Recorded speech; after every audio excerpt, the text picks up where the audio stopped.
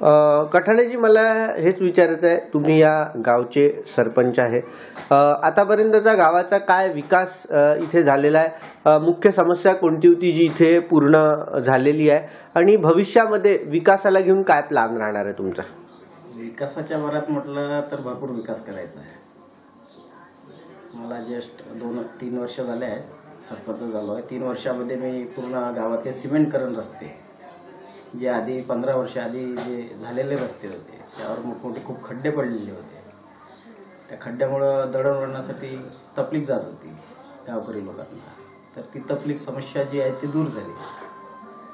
आणि आमच्या गावाची मेन मुख्य समस्या जी होती पिण्याच्या पाण्याची, तर ती पिण्याच्या पाण्याची मुख्य समस्या जी आहे ती आता पूर्ण झाली. काम चालू व्हायचं आहे.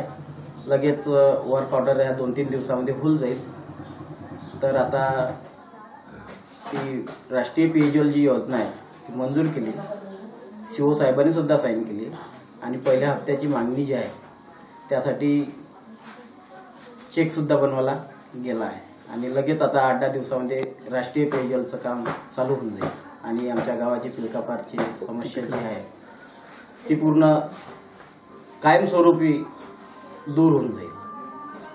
रस्ते आणि इलेक्ट्रिसिटीचे कामं झाले आहे का पूर्ण? इलेक्ट्रिसिटीसाठी तर मी बावनकुळे साहेबांना पत्र दिलं होतं. तर त्यांनी ताबडतोब 2 100 मेगावॉटच्या डिप्या शेतकऱ्यासाठी मंजूर केल्या. एका डिपीचं काम सुद्धा चालू झालं आणि दुसरी डिपीचं लगेच हे काम पूर्ण झाल्यानंतर दुसऱ्या डिपीचं सुद्धा काम करणार. भविष्यामध्ये असं काही गावाच्या विकासासाठी किंवा गावातल्या लोकांना स्वयंरोजगार मिळण्यासाठी काही प्लॅन आहे का? प्लॅन तर आहे, पण मुख्य जे आहे ते आमचं गावाची समस्या, गाव सौंदर्यीकरण करण्यासाठी आम्ही प्रयत्नात आहोत. आमची ग्रामपंचायत सुद्धा प्रयत्नात आहे. ठीक आहे कठाळेजी, खूप खूप धन्यवाद.